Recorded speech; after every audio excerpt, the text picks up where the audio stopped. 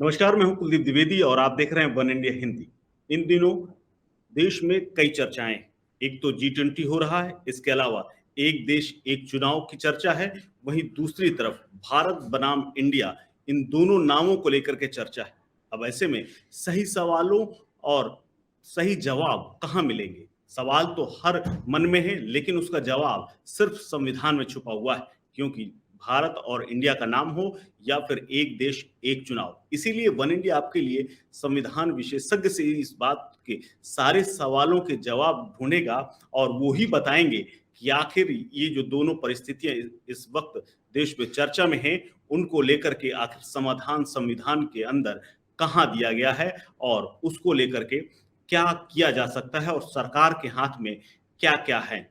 तो हमारे साथ इस वक्त संविधान विशेषज्ञ हैं, लोकसभा के पूर्व सचिव हैं और पीडीटी आचार्य जी हैं हमारे साथ। नमस्कार सर, आपका स्वागत है वन इंडिया हिंदी में। सर, ये दोनों चर्चाएं आपने सुनी होंगी, मीडिया में आपने देखा होगा, टीवी टेलीविजन में देखा होगा। सबसे पहले बात करेंगे एक देश एक चुनाव को लेकर के। एक देश एक चुनाव की जो चर्चा शुरू हुई है, आपको क्या लगता है सरकार के हाथ में जिस तरह की चर्चाएं हैं, क्या ये संभव हो सकता है आज की तारीख में हमारे देश में, जैसी हमारी राज्यों की जो व्यवस्था है उस राज्य व्यवस्था के तहत? खैर, देखिए, एक देश और एक चुनाव ये तो पहले हुआ करता था।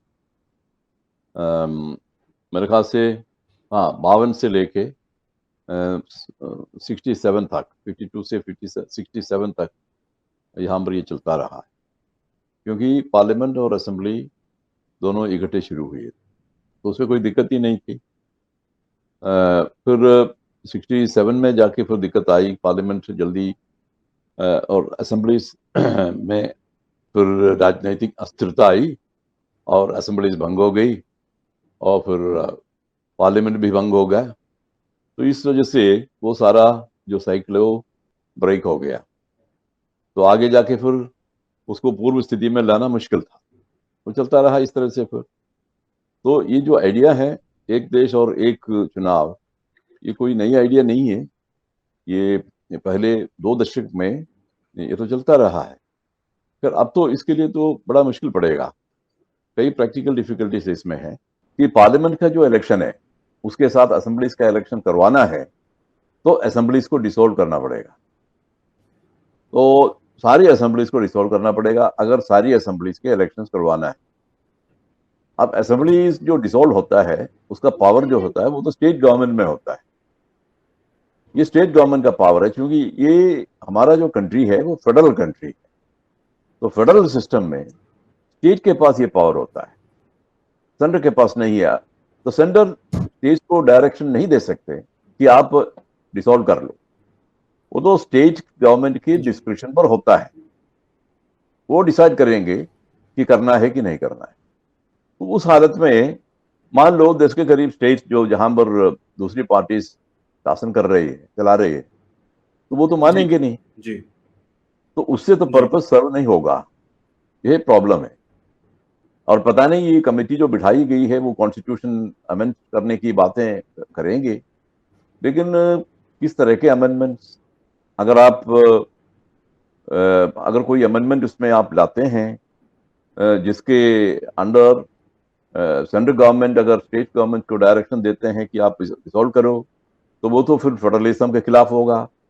और फेडरलिज्म के खिलाफ होगा तो नेचुरली वो तो बेसिक स्ट्रक्चर के खिलाफ होगा।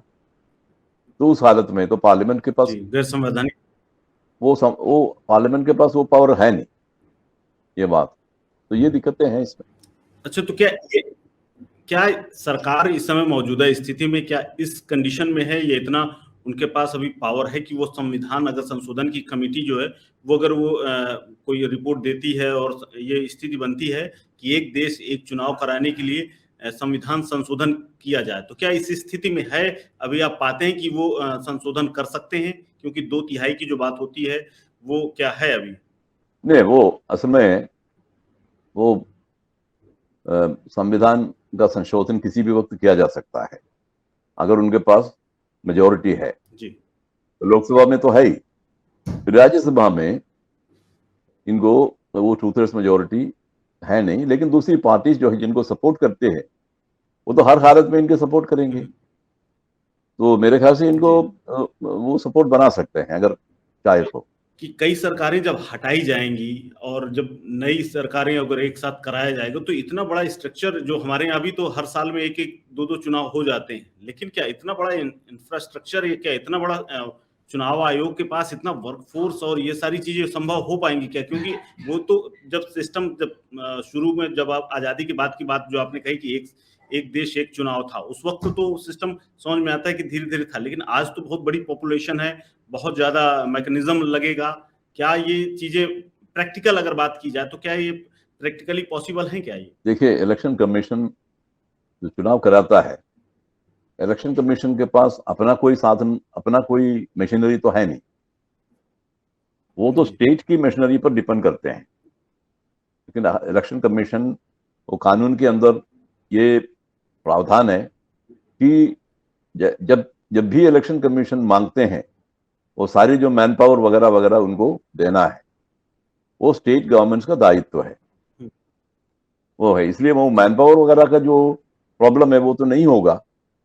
बाकी हाँ, ये बात सही है कि बहुत बड़ा एफर्ट इसमें है, क्योंकि इन्होंने जो कही है बात, ये कमेटी को जो बिठाई है, कमेटी के जो टर्म्स ऑफ रेफरेंस में, तो न केवल पार्लियामेंट और असेंबली का, लेकिन म्यूनिसिपैलिटी और पंचायत का भी इलेक्शन एक साथ कराना है। तो ये एक बहुत ही एक मैसिव एफर्ट उसके लिए जरूरी है। अच्छा, एक चीज और है कि अब बात निकल करके आ रही है कि एक देश एक चुनाव में अब क्या जो विपक्ष है, क्या वो अगर चाहे विरोध करना, अब जैसे लोकसभा में तो बहुमत है सरकार के पास, लेकिन राज्यसभा में जो स्थिति है वो तो नहीं बन रही, क्योंकि वहां तो बहुमत है नहीं सरकार के पास। क्या इसके बाद इसमें कोई सुप्रीम कोर्ट भी कुछ दखल दे सकता है? अगर कोई याचिका जाए, क्या वो स्टॉप करने की स्थिति में है? क्योंकि संविधान संशोधन की जब बात हो रही है और जब फेडरल स्ट्रक्चर वाली जो बात हो रही है, क्योंकि कई जगह की सरकारें, जो राज्यों की, जो आपने कही कि नहीं हटा सकते हैं जब तक वो राज्य सरकारें खुद ना चाहें, वो खुद ना भंग हो, जबकि वहां की विधानसभाएं। तो क्या सुप्रीम कोर्ट का कोई रोल बचता है इसमें? ना, सुप्रीम कोर्ट का उस स्टेज पर तो नहीं होता। जब बेसिक स्ट्रक्चर का उल्लंघन होता है तो होने के बाद ही तो सुप्रीम कोर्ट दखल देगा, उसको स्ट्राइक डाउन करेगा सुप्रीम कोर्ट। लेकिन उसके पहले तो कुछ सुप्रीम कोर्ट का रोल है नहीं।